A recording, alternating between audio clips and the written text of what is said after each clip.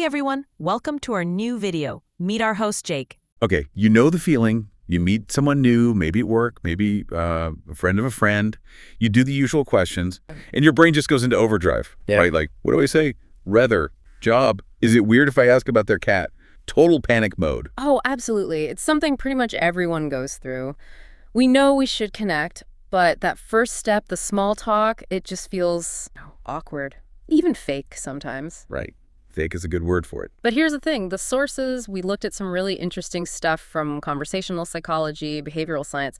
They basically say it doesn't have to be that way. Okay, so that's our mission for this deep dive then, to kind of pull apart the psychology behind it and figure out like actual techniques, ones that turn those little chats into, well, something more real. Exactly. We're looking at why some chats just click and others, fall flat immediately. There's actual brain stuff happening about trust, about comfort. And we've got, 5 specific techniques to make that happen? 5 techniques, yeah. Based on making people feel comfortable pretty much straight away, we'll get into the cognitive side of why they work. All right, let's start with the big question then. If small talk often feels so trivial or inefficient, why do we even do it? Why not just jump to the interesting stuff? Yeah, it seems inefficient on the surface, but it's not really about swapping facts, like about the weather or traffic. It's about creating an emotional tone. When you ask someone, how's your day? Or, comment on the coffee, you're subconsciously running this quick social check. Ah, like a safety check. Precisely. You're signaling, hey, I'm friendly, I'm safe to talk to, I see you. Psychologists actually have a term for this. They call it social glue. Social glue, I like that. It holds things together, but when that initial chat stalls out, that awkward silence you mentioned, our brains actually read that as a tiny little threat. Seriously? A threat? A micro threat, yeah. Cortisol, the stress hormone, can actually spike a bit. And the instinct is kind of fight or flight, or just run away socially. Small talk done right quickly dials that threat response way down. That completely flips how I thought about it.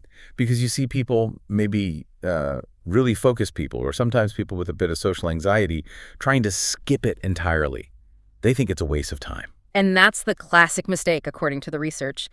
Skipping that warm-up, that social glue phase, it makes both people uncomfortable. It's like trying to sign a business deal before you've even shaken hands. You need that bridge. You absolutely need the bridge. And something else the sources warn about is over-disclosure. Over-disclosure. Like TMI too soon. Exactly that. If you just launch into really heavy personal stuff, like right at the beginning in the first minute, it actually backfires. Instead of building trust, it raises red flags, makes the other person think, whoa, okay, maybe this person doesn't have great boundaries. Right, okay. So the bridge needs to be built carefully. Piece by piece. Step by step. Which brings us nicely to the tools, the techniques for building it. Technique 1 sounds basic, but the why behind it is important. Changing how you ask questions. Okay, this is the classic ask open-ended questions advice, isn't it? Avoid the yes-no traps. It is, but let's dig into why it works on a brain level. Closed questions, the yes-no ones, they trigger really fast, almost automatic recall. Low effort. Like, did you have a good weekend? Yes. Yes. End of story. Exactly. Barely any mental energy used, no story created. But open-ended questions, the ones starting with what or how, they force the brain into like a narrative construction mode. Ah, so it's making them think differently. Yeah, when someone starts telling a little story or sharing an actual opinion, it can even trigger a tiny release of oxytocin. That's the bonding hormone. The act of answering thoughtfully makes them feel more open. Okay, I get the power there. But yeah. Hang on. Isn't there a risk? Like if I ask something open, like what's your favorite part of your job? And, they actually hate their job. Haven't I just backed them into a corner where they have to complain? That's a really good point. And yes, you can accidentally steer things negative. The sources suggest a tweet. Frame the open question with a bit of positivity. How do you mean? So instead of just, how was your vacation? Maybe try, what's one great memory you brought back from your vacation? Or what was the highlight? You're gently guiding them towards sharing something positive. Reduces the chance of an awkward complaint session. Subtle. I like that. Okay, so technique 2 tackles the opposite problem, right? If I'm only asking questions, even great open-ended ones, it starts to feel like an interrogation, yeah. Or a job interview. It's exhausting for the other person. Technique 2 is about balancing the flow. You need to share something small about yourself, too. Low-stakes self-disclosure. Right, not just asking. So if they say they just moved here, I don't just ask, oh, where from? I maybe add something small myself. Exactly. Keep it brief, keep it relatable, like, oh, wow, moving's rough, isn't it? I remember when I first moved here, I think I ate pizza on the floor for like a week straight, something like that. Okay, so it shows you're human too. It shows you're relatable. Conversation gets going when you connect on shared experiences, even tiny ones. That little bit of shared vulnerability builds trust, shows a bit of your personality. Makes sense. Okay, Technique 3. This one feels like a lifesaver for those moments where you're like totally blanking or you're meeting someone completely cold. Using your surroundings. Yes, the situational starter. This is your safety net because it's based on the one thing you absolutely definitely share with the other person, the immediate environment. So no need to probe into their personal life at all? None whatsoever. You're just commenting on something neutral that you're both experiencing, like, oh, wow, this music is really relaxing, or this coffee is actually amazing, or even, they did a great job setting up this room, didn't they? And it feels natural because, well, it is natural. You're both right there. Totally. It takes all the pressure off inventing a topic from thin air. You just observe something, make a small comment, and it can often spark a proper conversation totally organically. Okay, Technique 4. This one's interesting. Match their energy. I always thought confidence in these situations meant, being the bubbly, outgoing one. Yeah, that's a common idea, but actually, real conversational confidence often shows up as flexibility. It's about adapting. Think about it. If someone's quite calm, speaks softly, maybe uses smaller gestures, and you come in super high energy, loud voice, talking fast, it creates a mismatch, a dissonance. It probably makes them feel a bit overwhelmed. Exactly. They have to work harder just to stay on your level, and that increases their own discomfort. It doesn't feel smooth. So confidence isn't about being the loudest. It's about being adaptable enough to meet them where they are. You got it. It's a kind of nonverbal mirroring, gently matching their tone, their pace, maybe even their volume.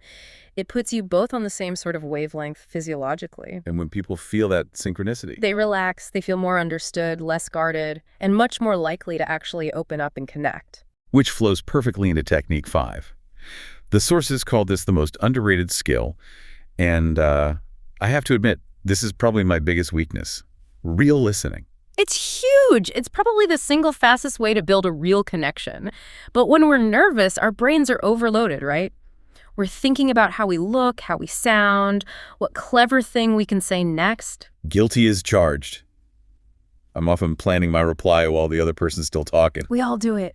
But it means we're listening to reply, not listening to understand. There's a difference. So how do we fix that in the moment? There's a practical trick from the research. It sounds simple, maybe even a bit weird. Force yourself to pause for just 2 seconds after they finish speaking before you respond. 2 whole seconds. Yeah. Of silence. Doesn't that feel awkward? It feels like forever in your head, but to the other person, it barely registers as a pause. But what it does for you is crucial. First, it breaks that cycle of frantically planning your next line. It forces you to actually process what they just said. And second, that tiny pause signals something powerful to them. It signals, I heard you, and I'm actually thinking about what you said. It's a huge sign of respect. Wow, okay. That shifts everything. It's not a performance anymore. It's a shared understanding. Exactly. And then your follow-up becomes natural. You pick up on something they actually said. Like if they mention, oh, I finally started painting again after years, after your 2-second pause, you could say, that's great. What kind of things do you like to paint? Or what made you want to pick it up again after all those years? You're following their thread. Yeah.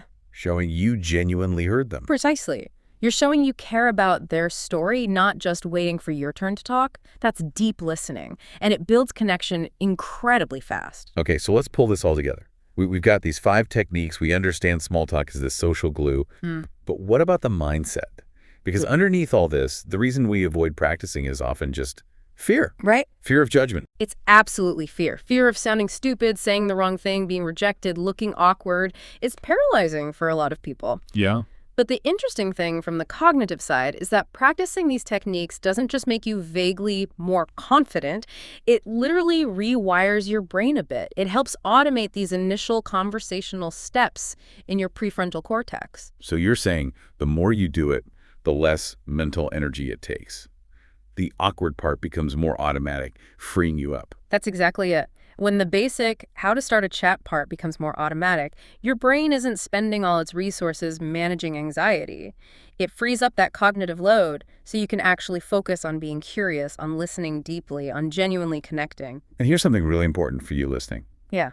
Everyone feels awkward sometimes. Seriously. Yeah. Even the smoothest talkers stumble. The key isn't to wait until you magically feel confident. Right. Confidence isn't about not feeling fear. It's about doing it anyway, despite the fear. Knowing that small talk is like a muscle. The more you exercise it, even in small ways, the stronger and less scary it gets. So the action plan is basically, just start. Don't wait to be perfect. Just start. You are literally training your brain to be less anxious next time. Okay, quick recap then. Small talk isn't small at all. It's the crucial social glue, that psychological bridge to deeper connection and trust. Yep. And we covered 5 ways to build that bridge. Ask those open-ended questions, but frame them positively. Share little relatable things about yourself. Use your surroundings as easy, natural conversation starters. Match their energy level to build comfort.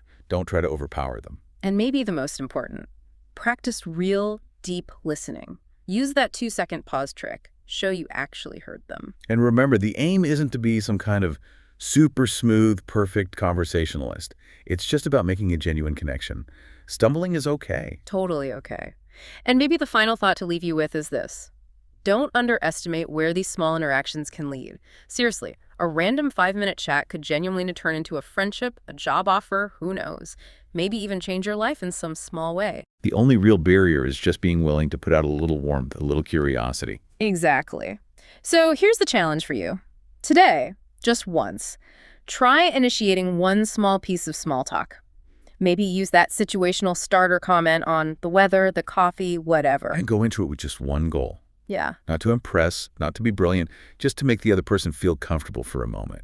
See what happens when you stop performing and just try to connect. You've got the tools now. Go build that little bridge.